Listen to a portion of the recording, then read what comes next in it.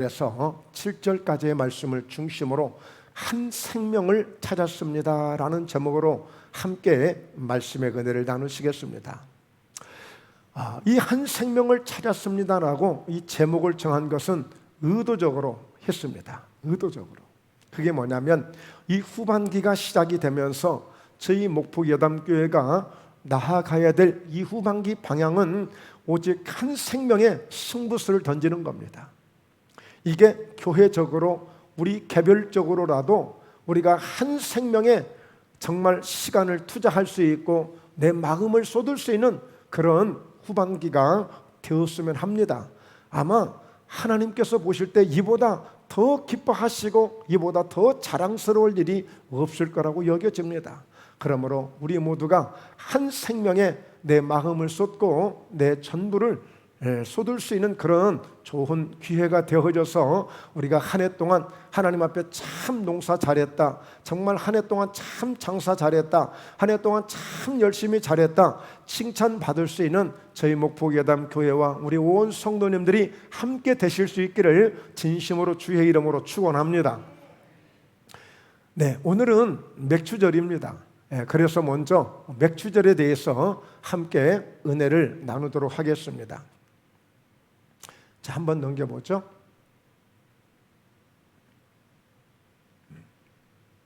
네, 맥주절 절기는 보통 이 출애굽기 23장 14절, 15절, 16절에서 설명하고 있는데 너는 매년 3번 내게 절기를 지킬지니라. 즉 하나님이 절기를 지키시도록 했어요.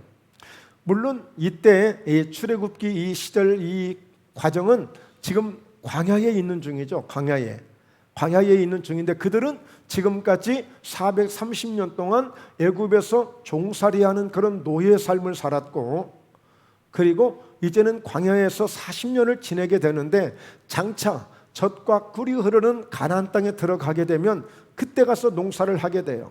지금 이 광야에서는 그야말로 무엇 하나 심을 수 없는, 파종할 수 없는 그런 광야예요. 오직 하나님이 주시는 만나를 먹어야 되고 반석에서 나오는 물을 마셔야 되고 하나님이 주시는 자연 속에서 구름 기둥으로 불 기둥으로 지켜주시는 그 은혜 가운데 지금 살아가고 있는 중이에요.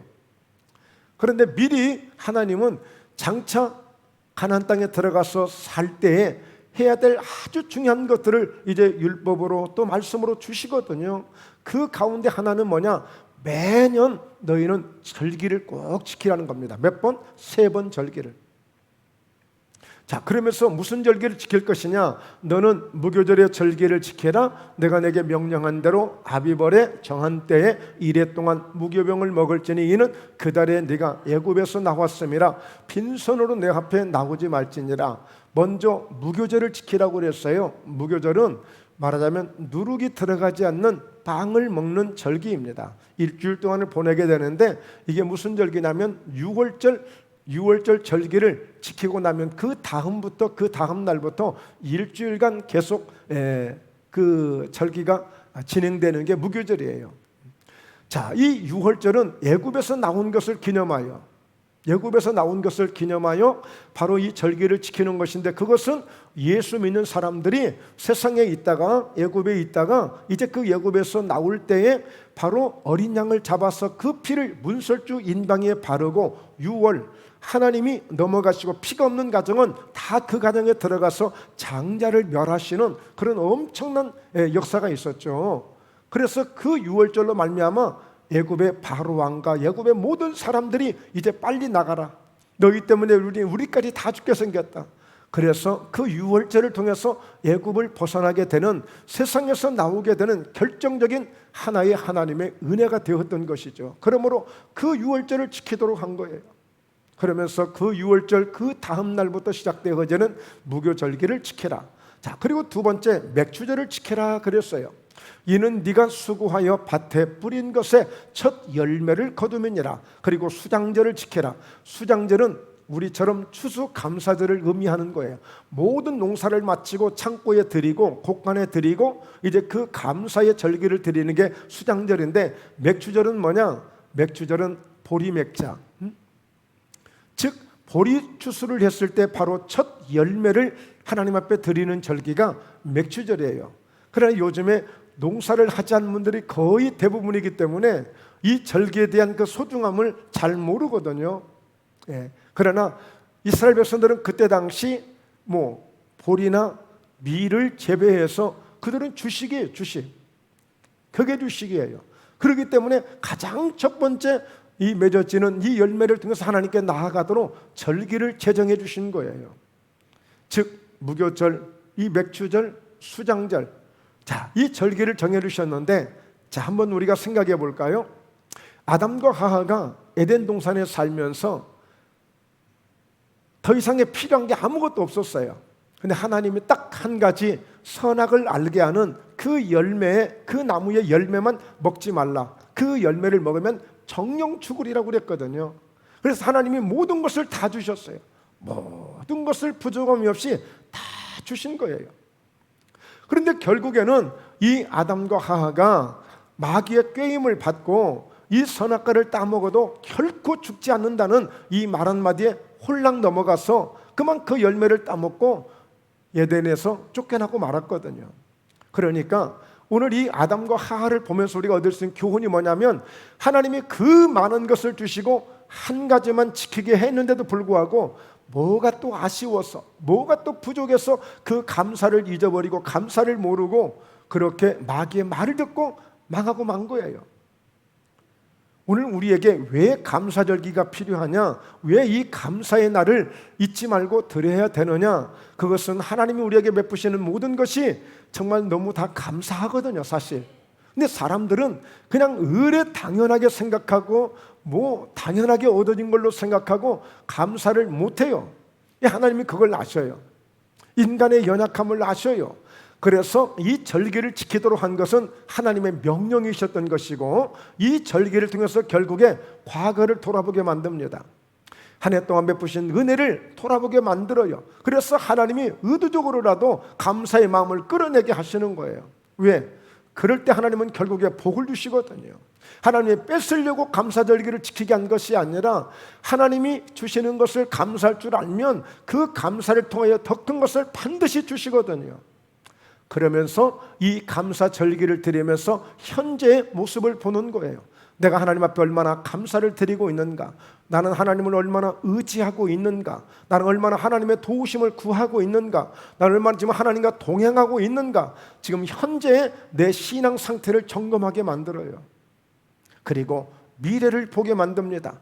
그래, 다음번에 또 내년에 이 맥추절 감사 예배를 드릴 때는 내가 진정 더 깊은 마음을 가지고 하나님의 뜻을 더 마음에 담아서 더 정성스럽게 내가 감사해야지. 그러니까 앞으로 내가 신앙생활을 내가 더 잘해야지. 내가 더 믿음으로 내가 살아야지. 그러니까 이 절기를 통해서 과거 내 모습을 보면서, 현재의 모습을 보면서 미래를 준비할 수 있는 바로 현재의 거울이 되는 겁니다. 우리 거울이 돼. 그러니까 이 절기는 정말 꼭 필요한 것이고, 이 절기는 정말 우리의 신앙을 다시 한번 세워갈 수 있는 그런 좋은 기회가 되는 거예요. 간단하게 우리가 설날을 생각해보고, 구정 설날을 생각해보고, 추석을 생각해보면 돼요. 언제부턴가 점점점 이제 추석에 대한 명절이 우리가 가슴 설레이면서 기다렸던 그런 감동이 이제 별로 없어요. 막 설날이 되어지면 맛있는 떡도 먹고 감주도 먹고 또 조청에 떡을 찍어서 먹고, 그랬던 것들이 이제 별로 기다려지지 않아요. 이제 왜? 지금은 언제든지 가서 사 먹을 수 있는 떡집도 많고 얼마든지 먹을 수 있는 기회가 많으니까, 옛날에는 그런 명절이 되어야만 특별히 먹을 수 있었거든요. 하나의 예입니다만. 그러니까 그때 설날에 또 와서 부모님을 뵙고, 또 멀리 나가 있던 객지에 있던 자들이 돌아와서 또 친구들과 만나서 함께 어울리고, 또 어른들을 찾아다니며 세배를 드리고, 그러면서 뭔가 이게 질서가 있었고, 뭔가 이 어른들과의 자녀들과의 이런 유대가 있었는데, 지금은 그런 게 별로 없어요. 그러니까 여러분 보십시오. 이 절기가 흐릿해지면서 뭔가 이게 상호간에 정말 정이 메말라가고 인정이 메말라가고, 뭔가 세상이 뭔가 삭막하잖아요. 하나님과의 관계도 마찬가지예요. 이 절기를 통해서 하나님과의 관계가 회복이 되는 거예요. 좀 마음이 멀어져 있던 사람들이, 좀 멀리 좀 예면되어 있던 사람들이 하나님과 가까워지는 기회가 되는 거예요. 그러니까 이 절기는 결국에 뭐냐, 우리가 절기를 지키는 것 같지만 유대인들은 절기가 우리를 지켜준다 이렇게 고백합니다. 우리가 절기를 억지로 지키는 것 같고 강제로 지키는 것 같지만 실제 돌이켜놓고 보니까 이 절기 때문에 내 신앙이 다시 원점으로 돌아올 수 있었고 내 신앙이 다시 제자리로 돌아올 수 있었다면 결국에 절기가 그 사람의 신앙을 다시 돌아오게끔 만든 거예요. 그러니까 우리가 절기를 지키는 것 같지만 사실은 절기가 나를 지켜준 것이고 절기가 우리의 삶을 지켜주신 것입니다. 그러므로 이 절기는 우리에게 아주 유익한 거예요. 자, 오늘 특별히 맥추절 절기를 지켜보면 우리 말씀을 한번 보면서요, 출애굽기 34장 22절에 77절 곧 맥추의 초실절을 지키고 세말에는 수장절을 지켜라. 자, 이 맥추절은 77절이라고도 하고 오순절이라고도 합니다. 결국에 77절은 뭐냐? 이 초실절이 있잖아요. 초실절은 가장 첫 번째 맺어지는 열매를 가지고 단을 가지고 와서 하나님 앞에서 이 잔을 흔들면서 요제로 드리면서 하나님 앞에 영광을 돌리는 바로 이 맥추절이에요. 이 초실절은 가장 처음. 그 맥추절은 뭐냐? 77절은 뭐냐? 77절이라고 하고 오순절이라고 하는 것은 77절, 즉 안식일을 7번을 하게 되면 49일 그리고 50일째, 오순절을 50일째, 오순절이라고 하는데 그래서 두 번째, 그러니까 초실제를 드리고 그동안에 계속 추수를 하다가 마지막에 다시 한번 맥추절로 하나님 앞에 영광을 돌리는 제사예요. 그러니까 이 맥추절은 초실절로서 드리는 것이냐, 77절로서 드리는 것이냐, 오순절로서 드리는 것이냐 같은 의미이지만 가장 먼저 첫 열매를 드리는 것이냐 아니면 그 추수한 것의 열매를 드리는 것이냐, 바로 이 차이가 있는 거예요. 이 부분. 그래서 맥추절을 초실절이라고도 하고 77절이라고도 하고 오순절이라고도 하는 거예요. 자, 레위기 23장 15절에 보면 안식일 이튿날 곧 너희가 요제로 곡식단을 가져온 날부터 세어서 7 안식일의 수요를 채우고, 그러니까 7 안식일이 지나고 나면 49일이잖아요. 그래서 77절이라고 하는 거예요. 자, 그리고 7 안식일 이튿날까지 합하여 50일을 계수하여 새 소제를 여호와께 드리되, 즉 50일째 되는 날 하나님 앞에 이 영광을 돌릴 때에 바로 이 날을 오순절이라고 하는데, 자, 사도행전 2장 1절에 보면 오순절 날이 이름에 바로 하늘로부터 호련히 급하고 강한 바람 같은 역사, 성령의 바람이 옵니다. 그러니까 오늘 이 구약시대의 이 오순절은 신약시대에 와서 이 성령의 역사를 통한 열매를 의미하고 있는 거예요. 이 오순절은 예수님이 십자가에서 죽으시고 부활하신 그 이후에, 즉 50일째 되는 날이 오순절이에요. 그러니까 예수님이 부활하시고 그 난 이후에 그 날을 세웠을 때 50일이 40일 동안 계셨다가 그리고 그들이 기도하다가 열흘 만에 성령을 받게 된 것이거든요. 그러니까 50일째 오순절 날에 성령을 받은 거예요. 그러니까 구약시대 때에 바로 이 77절 오순절 이 맥추절을 드릴 때에 하나님의 성령이 임하는, 하나님의 영광이 임하는, 하나님의 은혜가 임하는 그런 역사가 있는 날이 바로 맥추절이에요. 그러니까 아주 하나님께서 영광을 받으시는 의미가 있는 날이죠. 그러니까 이 맥추절 절기를 지킴으로 하늘의 복을 받는 날이에요. 하늘의 은혜를 받는 날이에요. 그리고 이 초실절은 바로 무엇이 되느냐? 고린도전서 15장 20절에 보면 예수 그리스도께서 죽은 자 가운데서 다시 살아나사 잠자는 자들의 첫 열매가 되셨도다. 이게 초실절이에요. 그러니까 부활, 즉 예수님이 3일 만에 무덤에서 부활하셨는데 그때에 부활하신 그 현상을 바로 잠자는 자들의 첫 열매가 되셨다고 고린도전서 15장 20절에 말씀하거든요. 그러니까 잠자는 자들의 첫 열매가 되시는 예수 그리스도, 즉 부활하신 예수님, 바로 그분이 바로 초실절이 되시는 거예요. 우리의 진정한 열매가 되시는 거예요. 그러므로 이제 우리는 열매 맺는 삶, 열매 맺는 삶, 바로 그리스도를 통해서, 주님을 통해서 우리가 나아가는 거예요. 자, 그런데 제가 오늘 2마리 토끼를 잡자고 오늘 예배를 준비했어요. 뭐냐면 오늘 이 맥주절이기 때문에 시작부터 끝까지 맥주절에 관한 이런 말씀을 준비하려다가 오늘 이 본문을 선택한 것은 한 생명을 찾았습니다 라고 이 본문을 선택한 것은 이 말씀이 결국에 하나님 앞에 오늘 이렇게 번제를 드리고 또 이런 제사를 드리고 절기를 지키는 것은 결국에 뭐냐? 오늘 생명을 살리기 위한 것입니다. 생명을 살리기 위한 거예요. 그러니까 오늘 이렇게 농사를 해서 그 첫 열매를 가지고 와서 그 열매의 이삭단을 가지고 와서 그 묶음을 가지고 와서 흔들어가며 하나님 앞에 예배를, 절기를 지키는 것은 이렇게 농사를 해서 이렇게 귀한 생명을 통하여 얻은 이 열매를 가지고, 소득을 가지고 하나님 앞에 영광을 돌리게 됐습니다. 이런 절기를 지키는 이런 역사가 그 한 절기 한 날에만 있는 것이 아니라 우리가 매번 이와 같은 신앙이 되어져야 돼요. 우리가 또 한 해를 보내면서 이제 추수감사절을 또 드리게 될 것입니다. 그 추수감사절 이하에 우리가 한 해를 보내면서 한 해를 우리가 마지막 또 우리가 정리를 하잖아요. 또 그때 우리도 무언가 정확하게 좀 확실하게 뭔가를 드려야 되잖아요. 다만 절기 오늘 시간 지켰다고, 날짜 지켰다고 절기를 지키는 게 아니라 실제 우리도 뭔가 열매를 가지고 생명을 가지고 나아가야 될 것 아닙니까? 그런 의미에서 한 생명을 찾았습니다. 즉 다시 말해서 오늘 양 100마리가 있는데 그 중에 한 마리가 들어오지 않는 거예요. 아무리 이쪽에서부터 세어도 한 마리가 부족하고 이쪽에서부터 다시 세어봐도 양 100마리 중에 한 마리가 부족한 거예요. 근데 결국에 그 양 한 마리는 누구였어요? 죄인 한 사람이라고 그랬잖아요.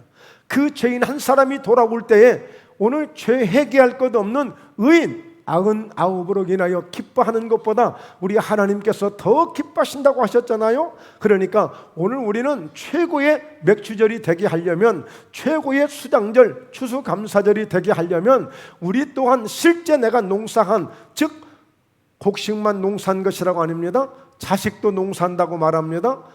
각자 장사 좀 업이 다를 뿐이지 같은 농사나 다름없는 거예요. 그럼 우리에게 가장 귀한 열매가 뭐냐 이거예요. 내가 그때 가서 감사한 건 많이 할 거예요. 그때 가서 내가 하나님 앞에 내 나름대로 뭔가 한번 떡도 좀 하고 좋은 거 많이 할 거예요.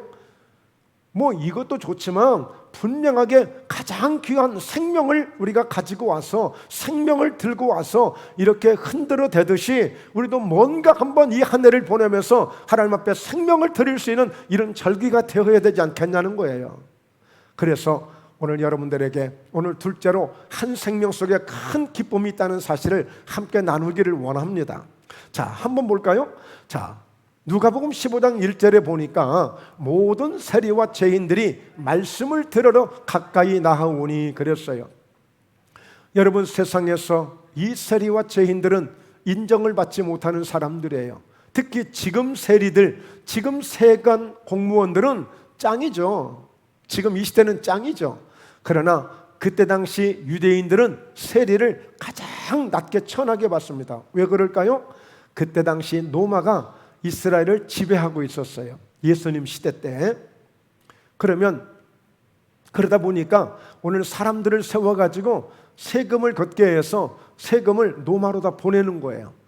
그리고 일부는 자기가 또 가져야 되잖아요. 그러니까 이 세리관들이 즉 세금을 10만 원만 걷어야 되는데 15만 원도 걷고 20만 원도 걷는 거예요. 그래서 많이 좀 이렇게 챙기는 거죠. 그러니까 동족들로 하여금 아주 동족의 피를 빨아먹는 사람들이라고 굉장히 나쁘게 취급을 해요. 아주 안 좋게 보죠. 그러니까 사람들로 하여금 굉장히 눈총을 받고 손가락질을 받고 천대를 받는, 물론 돈은 많이 벌어요. 누가복음 19장에 보니까 삭개오가 세리장이었는데 부자였다고 그랬어요. 얼마나 돈을 많이 긁어 모았는지 부자였어, 부자. 그러니까 사람들로 하여금 이 삭개오는요 왕따를 당하고 대인 공포증에 걸려서 사람들이 있는데 가지를 않았어요.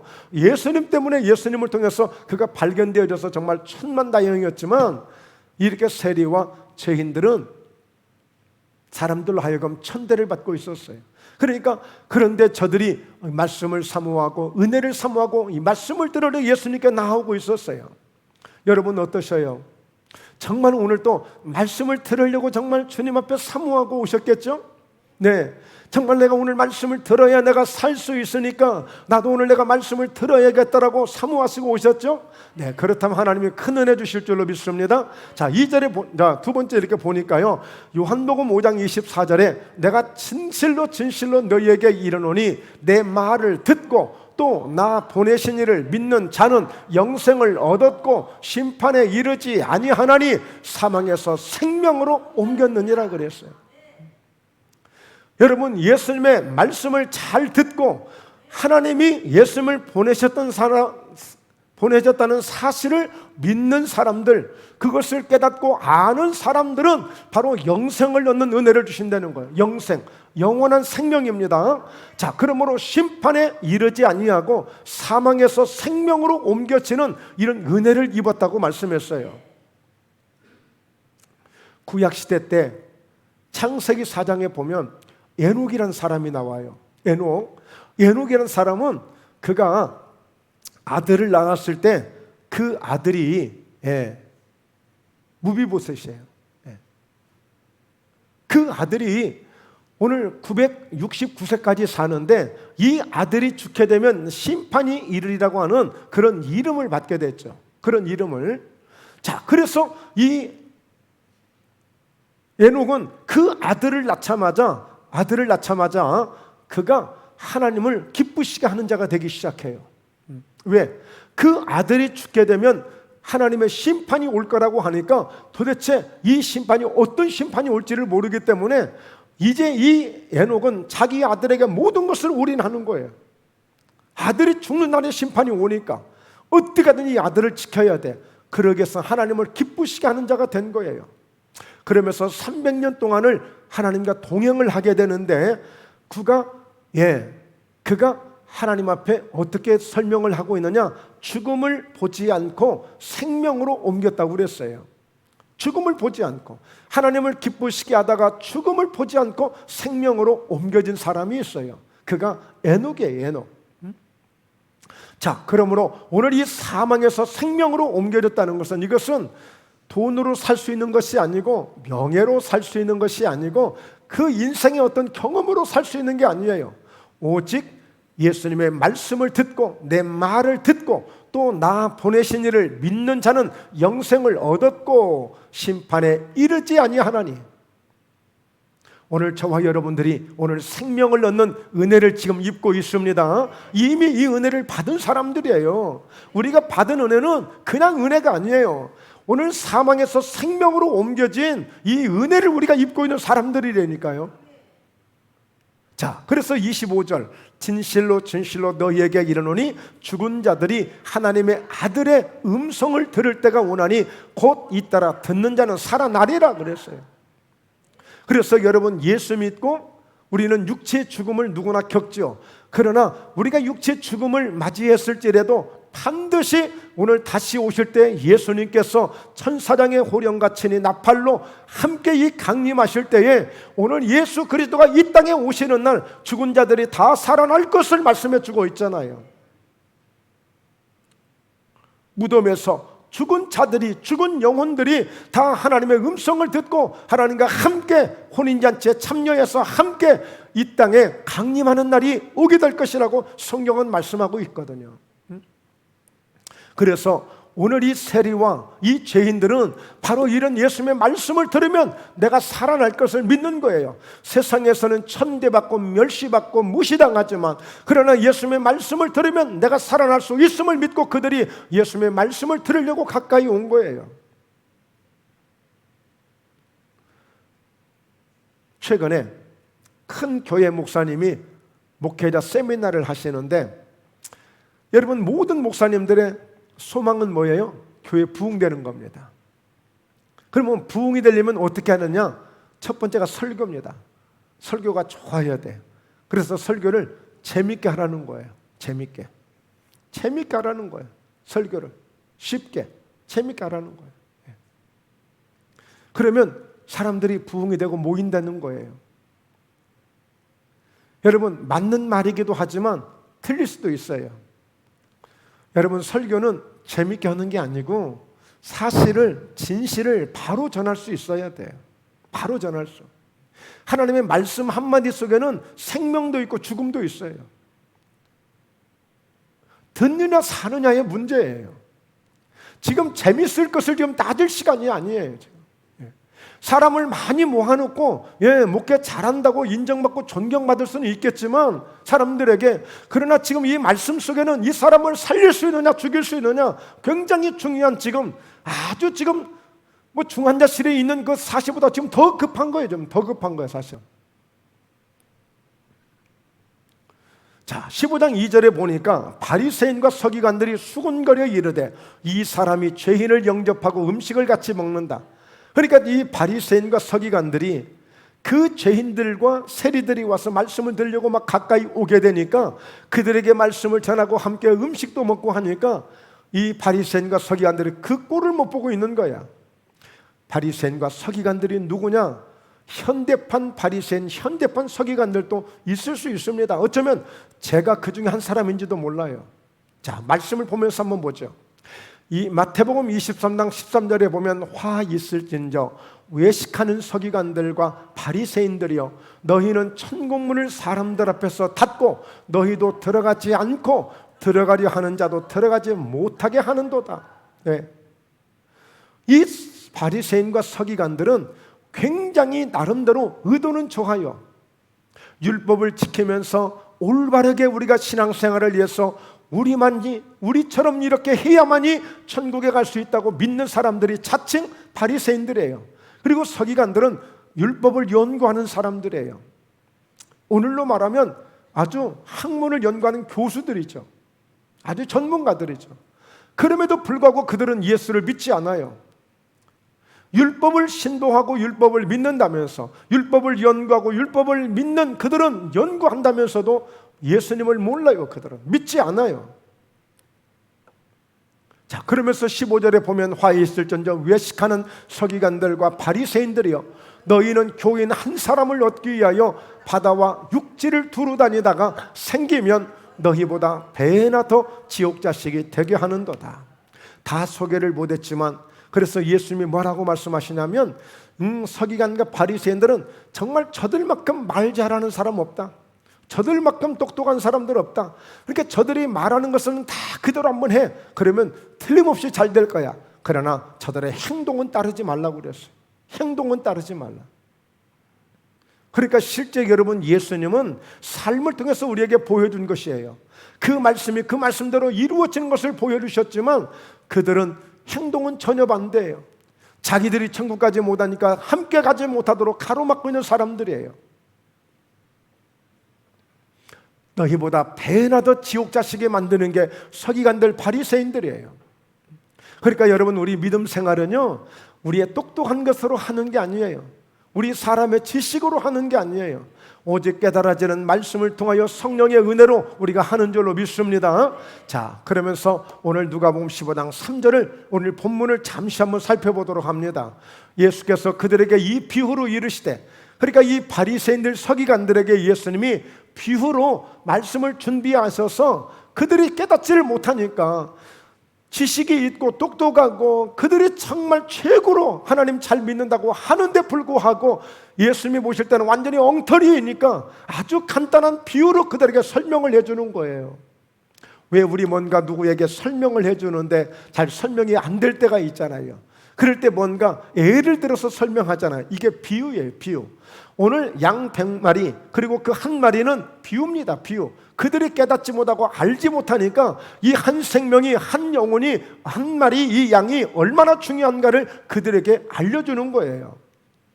자, 보면 너희 중에 어떤 사람이 양 100마리가 있는데 그 중에 하나를 잃으면 99마리를 들에 두고 그 잃은 것을 찾아내기까지 찾아다니지 아니하겠느냐. 이게 사실은 우리 같으면 어떻겠어요? 100마리 중에 한 마리니까 잃어버렸어요. 아마 마음 좋은 사람 같은 분은 이럴 거예요. 그래, 아이고 또 이리 때가 와서 물어갔나 보다. 늑대가 와서 물어갔나 보다. 어떤 또 도둑이 와서 한 마리 잡아갔나 보다. 야야 들어가자. 얘들 빨리 데리고 들어가. 그런데 우리 주님은 그게 아니고 99마리를 들에다 그냥 놔두고 잃어버린 그 한 마리 때문에 잃은 것을 찾아내기까지 찾아내지 않겠느냐 그랬어요. 여러분, 이 부분을 우리가 잘 알아야 돼요. 여러분 한 명이라도, 한 분이라도, 한 생명이라도 예수님은 결코 우리 한 생명을 놓치기를 원치 아니하십니다. 놓치기를 원치 아니하세요. 99마리를 그대로 둘지언정 그 잃어버린 한 마리를 찾도록 찾아다니지 않겠느냐. 왜 그럴까요? 이 한 마리가 지금쯤 어디에서 웅둥이에 빠져서 팔부동치고 있지는 않을까? 이 한 마리가 가시덤불에 걸려서 음매하면서 좀 울고 있지 않을까? 아니면 어떤 한 마리가 지금 절벽에 떨어졌는데 겨우 좀 목숨만 유지하고 팔부동치고 있지 않을까? 그 한 마리를 생각한 거예요. 그 한 생명을 생각한 거예요. 제가 지난 일주일 전에 길을 지나고 오는데 학생들이 한 10명이서 승용차를 막 밀었다 당겼다 막, 거기에 어른이 한 분이 있는데 막 그래. 왜 저럴까? 내려봤더니 아이고 아저씨 저한테 지금 저 차 속에 고양이 한 마리가 들어가 있어요.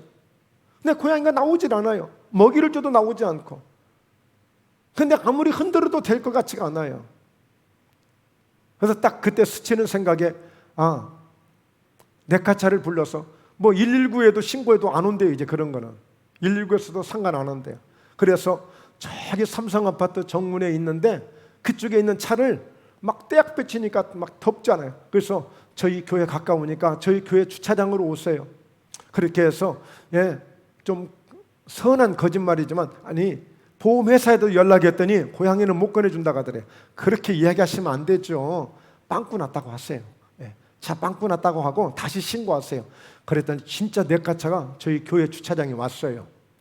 그러니까 네카차가 왔는데 황당하죠. 이 고양이 때문에 이렇게 신고했다고 하니까. 그럼 어떻게 자기가 빵꾸 때우기 때문에 출장을 났기 때문에 빵꾸를 때워야 되는데 사진을 찍어. 그러면 생 다이아라도 찔러서라도 빵꾸 내서라도 빵꾸 때워주시고 이 고양이 좀 끄집어 주세요. 저 솔직히 고양이 별로 안 좋아하거든요. 한 번도 손을 잡아보지를 않았어요. 그날 또 손을 못 댔어요. 제가 겁이 나서. 그런데 다행히 그분이 손 넣어서 그 새끼를, 말하자면 차 밑에 그 용어를 아시는 분은 아시겠지만 매연 나가는 데 있잖아요. 그걸 마우라라고 하는데 마우라 그 위에 있어요. 그래 차가 가면 얼마나 뜨겁냐고요. 잠깐 주차해 놓은 사이에 그 고양이가 거기에 들어갔는데 새끼야 새끼. 나중에 끄집어 보니까, 나중에 끄집어내서 다행히 감사한 것은 또 옆에 있는 우리 내과 원장님께서 그 고양이를 잘 보살펴서 아마 어디다 보낸 것 같아요. 여러분 그거 한 마리 있잖아요. 막상 딱 닥치고 보니까요, 눈 뜨고는 그냥 못 보내겠어요. 가면 틀림없이 그거 죽는데, 세상에 그런 한 생명도 소중한데 우리 주님이 오실 때 우리의 생명은요, 오늘 마태복음 26장에 보면 천하를 다 얻고도 너희 목숨 하나 잃어버리는 무엇이 더 유익하겠느냐? 우리 주님이 오실 때 우리 한 생명은요, 천하보다 더 귀하게 여기시는 거예요. 더 귀하게. 왜? 하늘도 땅도 모든 것은 말씀 한마디로 만들 수 있지만 여러분 아담을 지으실 때는 하나님이 직접 하나님의 형상과 그의 모든 것을 따라서 그 사람을 직접 지으신 것입니다. 당신의 생기를 불어넣으시면서 당신의 호흡을 불어넣으시면서 사람을 만드신 거예요. 그러니까 우리 하나님, 우리 주님은 사람보다 더 중요한 것은 없는 거예요, 사실. 그래서 오늘 이렇게 한 마리 잃어버린 양을 죄인 한 사람으로 보는 것입니다. 죄인 한 사람으로 보는 거예요. 그런데 이 바리새인들, 서기관들은요, 또 죄인들을 당신들이라고 말하면 또 대들고 하니까 양으로 비유를 하는 것입니다. 지금 5절, 또 찾아낸 적 즐거워 어깨에 메고. 이것은 잃어버렸다가 찾아본 사람만이 아는 거예요. 그 죽을렀던 그 작은 미물이지만 그걸 살려놓고 보면 그 생명의 가치를 아는 거예요. 여러분 심지어는 어항에 있는 금붕어 한 마리도 죽으려다 살아남으면 기쁘더라고요.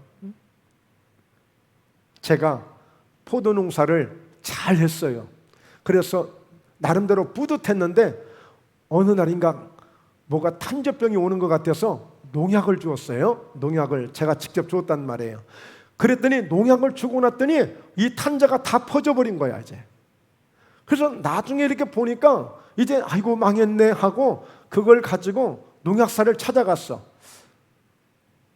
아니길 바라고 혹시 이 농약이 묻어가지고 농약 때문에 탄저처럼 이렇게 새카만지 좀 봐달라고 그랬더니 이게 탄저병은 아닌 것 같다는 거야.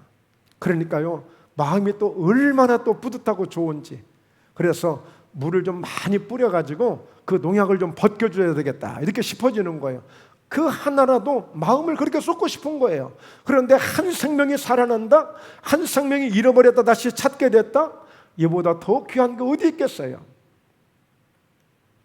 집에 와서 그 벗과 이웃을 불러 모으고 말하되 나와 함께 즐기자 나의 잃은 양을 찾아내었노라 하리라.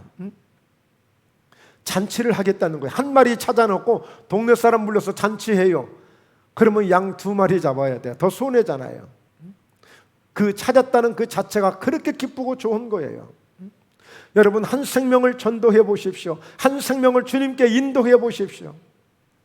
그래서 한 생명을 인도하셔서 여러분 교회에 데리고 오면 그때부터는 목사님 보이지 않습니다.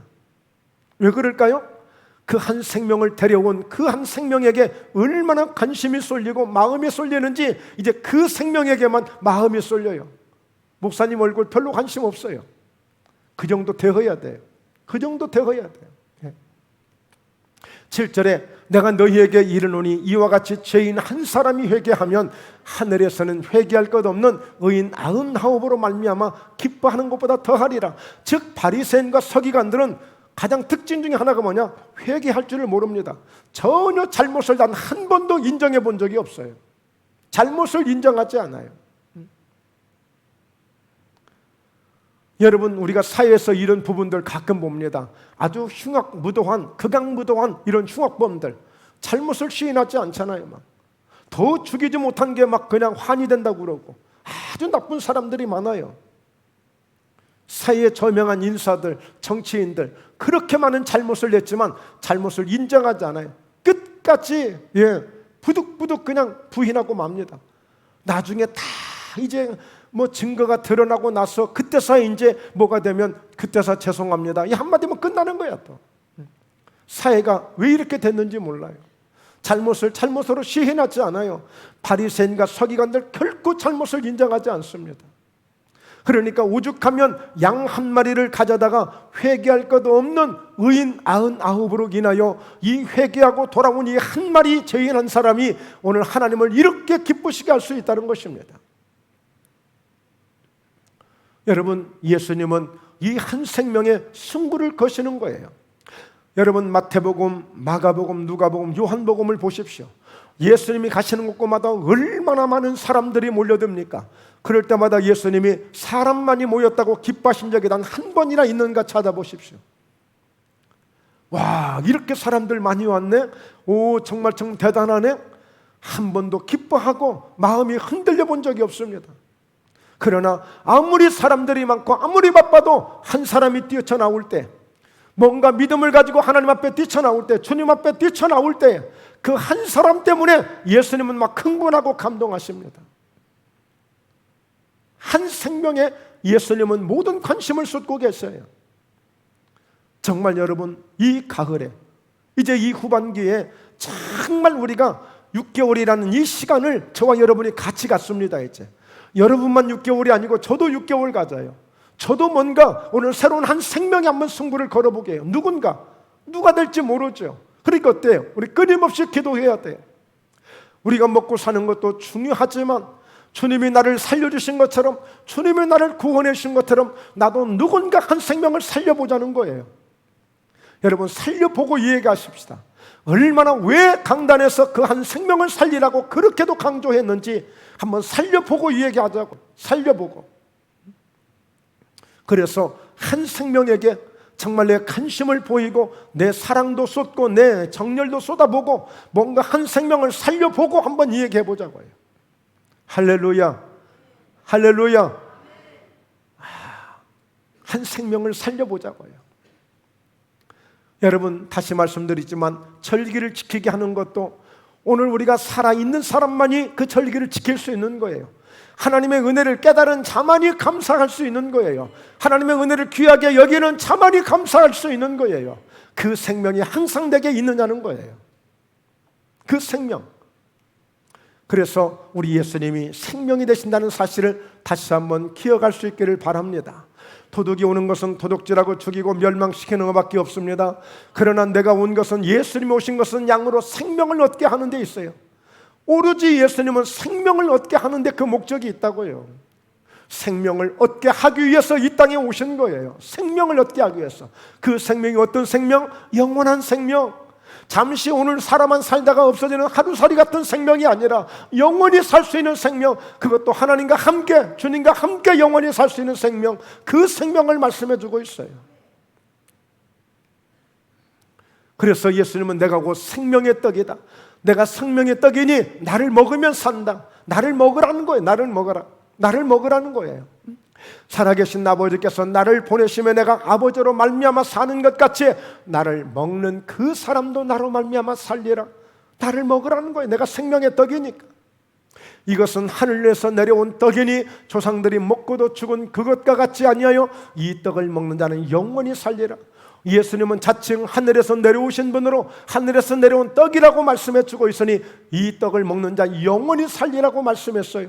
영원히 살리라. 말씀이 육신이 되어 우리 가운데 거하심에 우리가 그의 영광을 보니 아버지의 독생자의 영광이요 은혜와 진리가 충만하더라. 왜 이 말씀이 필요하냐면, 내가 생명의 떡이라고 그랬잖아요. 나를 먹으라고 그랬잖아요. 내가 참된 음료고 참된 생명의 떡이라고 그랬단 말이에요. 나를 먹으라는 거예요. 이것은 어떤 의미예요? 말씀이 육신이 되셨으니 나를 먹으라는 이야기는 말씀을 먹으라는 거예요. 말씀을 받고 말씀을 들으면 비록 세리지만, 비록 죄인들이지만 말씀을 들으면 살아나게 된다. 내 말씀을 듣고 내 말을 믿으면 살아나게 된다. 영생을 얻는다. 생명을 얻는다. 사망에서 생명으로 옮겨진다. 이 말씀을 주시고 있는 거예요. 그러니까 예수는 나를 먹으라는 거예요. 그래서 오늘 여러분, 우리가 예배를 들으실 때마다, 말씀이 선포될 때마다 귀로 듣는 게 설교라고 생각하지만 아니에요. 입으로 받아 들으셔야 돼요. 입으로 아멘하여 그 말씀을 받아 들으셔야 됩니다. 그래서 예수께서 3장에 보면 그 말씀을, 두루마리 성경을 그 말씀을 먹으라는 거예요. 그래서 배에 채우고 창자에까지 채워서 그것이 영양분이 되게끔, 그래서 예수님이 주시는 힘과 능력으로 강건해 줄 수가 있는 것입니다. 우리가 얼마나 많이 먹는 만큼 먹는 음식이 중요한 거 아니에요? 우리가 말씀을 먹을 수 있는 이런 믿음이 되어져야 돼요. 그래서 살리는 것은 영입니다. 육은 무익합니다. 내가 너희에게 이런 말이 영이요 생명이라. 그러니까 여러분, 이것은 영이 아니면 깨닫지가 못해요. 깨달아지지가 않아요. 어떻게 말씀을 먹는다는 게 잘 이해가 안 되고, 생명의 떡이라고 하신 말씀들이 이해가 안 되는, 이것은 성령으로라야 깨달을 수가 있어요. 그래서 말씀을 잘 들으시고 그 말씀을 아멘하여 받으실 때, 믿음으로 받게 될 때 생명의 떡이 되는 줄로 믿습니다. 결론입니다. 오늘 예수님의 관심은 한 사람의 영향력에 있습니다. 한 사람의 영향력에. 자, 그래서 요한복음 5장 52절 보니까 그 낫기 시작한 때를 물은즉 어제 7시에 열기가 떨어졌나이다 하는지라, 그의 아버지가 예수께서 네 아들이 살아있다 말씀하신 그때인 줄 알고 자기와 그 온 집안이 다 믿으니라. 이게 5장이 아니고 4장인데요. 자, 이 내용만 설명하고 마칠게요. 예수님께서 요한복음 4장에 수가성 여인을 만나고, 그리고 이어서 이제 그 유월절 의식을 예루살렘에서 지키고 나서 이제 가버나움, 그리고 다시 이제 갈릴리로 오셨거든요. 그런데 그때에 예수님이 오셨다는 소문을 듣고 왕의 신하는 예수를 믿을 수 있는 사람이 아니에요. 믿으면 큰일 나요. 안 믿어요. 그런데 예수님께 찾아와서 뭐라고 이야기하냐면, 지금 내 아들이 거의 죽게 되었습니다. 거의 죽게 되었습니다. 그러니 빨리 우리 집에 좀 오셔서 이 아들 좀 살려주세요. 그렇게 말씀해요. 그랬더니 예수님이 네 아들이 살아나리라. 네 아들이 살아나리라 그랬어요. 네 아들이 살아나리라. 그러니까 가봐라. 집에 가봐라. 그래서 이때에 이 왕의 신하가 어떻게 설명하냐면, 그 말씀을 믿고 갔다고 그랬어요. 믿고 집에 왔어요. 생각해 보세요. 거의 죽게 되었는데 와서 뭔가 좀 손이라도 좀 만져주고 뭐 해주셔야지, 안수라도 한번 해주시든지 해야지. 네 아들이 살아나리라. 그냥 그 말만 믿고 온 거야. 그런데 와서 보니까 무슨 일이 벌어졌어요? 사람이 오는 거야. 오더니 그 주인을 보더니 어떻게 하면 좋습니까? 그냥 아드님이 죽고 말았습니다. 그렇게 할 줄 알았거든요. 예? 그런데 그 사람이 오니까 아들이 살아났습니다. 그러는 거예요. 아들이 살아났습니다. 그러니까 이 아버지가 얼마나 기쁘겠어요. 그래 집에 가서 물어보는 거예요. 언제부터 이 아들이 이렇게 살게 됐냐? 그랬더니 어제 7시부터 열이 점점 뚝뚝뚝 떨어지더니 그냥 이렇게 회복이 됐습니다. 그런데 그 시간을 돌아보니까 딱 그때 예수님이 네 아들이 살아나리라 라고 말씀하신 그 시간에 딱 떨어진 거예요. 그 시간에. 여러분, 오늘 여러분 이 믿음은 정말 상상할 수 없는 일들을 만들어내십니다. 오늘 예수님이 말씀드렸듯이 오늘 많은 사람들이 몰려다니지만, 예수님을 찾아다니지만, 그 예수님께 나온 그 한 사람 한 사람을 예수님이 만나주시고 예수님께 뛰쳐나오고 예수님을 간절히 찾고 부르고 이런 자들을 만나주시고 이런 자들을 통해서 정말 무엇이든 기적을 베풀어 주시고 살려주시는 것을 보게 됩니다. 오늘 야이로 해당장의 딸을, 죽은 딸이라고 했던 그 딸을 살려내시죠. 오늘 12개를 혈류증 앓던 그 여인이 죽을 병에서 그냥 고침을 받죠. 중풍병 환자들이 그 자리에서 일어났죠. 38년 된 중풍병 환자가 주님을 통해서 일어났죠. 예, 주님은 생명을 살리시는 분이에요. 예수님에게 오셔서 말씀으로 살리고 실제 육체를 살리고 모든 환경을 살리고 살리시는 분이신 것입니다. 우리의 환경 속에, 우리의 삶 속에 우리가 죽었다고 생각하고 망했다고 생각하는 것들 이제 주님이 다시 회복해 줄 수 있습니다. 우리 주님이 다시 살려줄 수 있습니다. 여러분 믿음으로 나오십시오. 믿음으로 하나님을 의지하십시오. 반드시 좋은 일이 있을 것입니다. 잘 될 것입니다. 얼마든지 주님 안에 기적이 있는 것입니다. 그러므로 오늘 한 생명을 천하보다 귀하게 여기시며 우리를 사랑해 주시는 우리 예수님께서 99으로 인하여 기뻐하는 것보다 그 죽은 영혼 회개하고 돌아온 한 영혼을 그 영혼을 더 기쁘시게 여기시는 우리 주님의 마음을 잘 이해하시고 깨닫는 은혜가 되셔서 우리도 함께 이 후반기 정말 한 생명에 한번 승부를 걸고 한 생명을 함께 살려보는, 그래서 하나님로부터 오는 그 기쁨을 우리도 얻고 하나님이 기뻐하시는 그 기쁨 속에 함께 하나님 앞에 나아갈 수 있는 우리 모두 함께 되시길 주 예수 이름으로 축원합니다. 할렐루야. 기도하시겠습니다. 하나님 아버지, 한 생명을 천하보다 귀하게 여기심으로 온 천하를 다 헛고도 너희 목숨 하나 잃으면 무엇이 더 유익하겠느냐? 무엇을 주고 사람이 제 목숨을 바꿀 수 있겠느냐?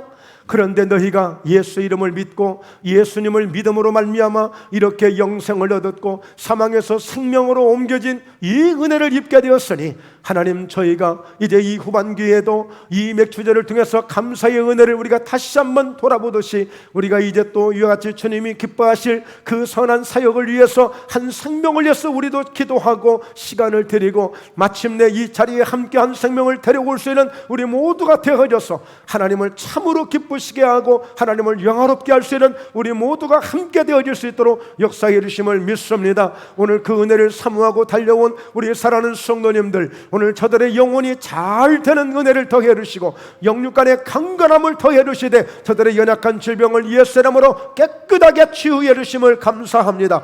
범사에도 형통케 하셔서 아무리 어렵고 아무리 어려운 경제를 할지라도 그 가운데서 지켜주시고 그 가운데서 하나님이 더욱더 축복해 주시는 아름다운 역사가 나타나는 그런 은혜를 입게 하여 주시옵소서. 감사하신 예수님의 이름으로 기도드리옵나이다. 아멘.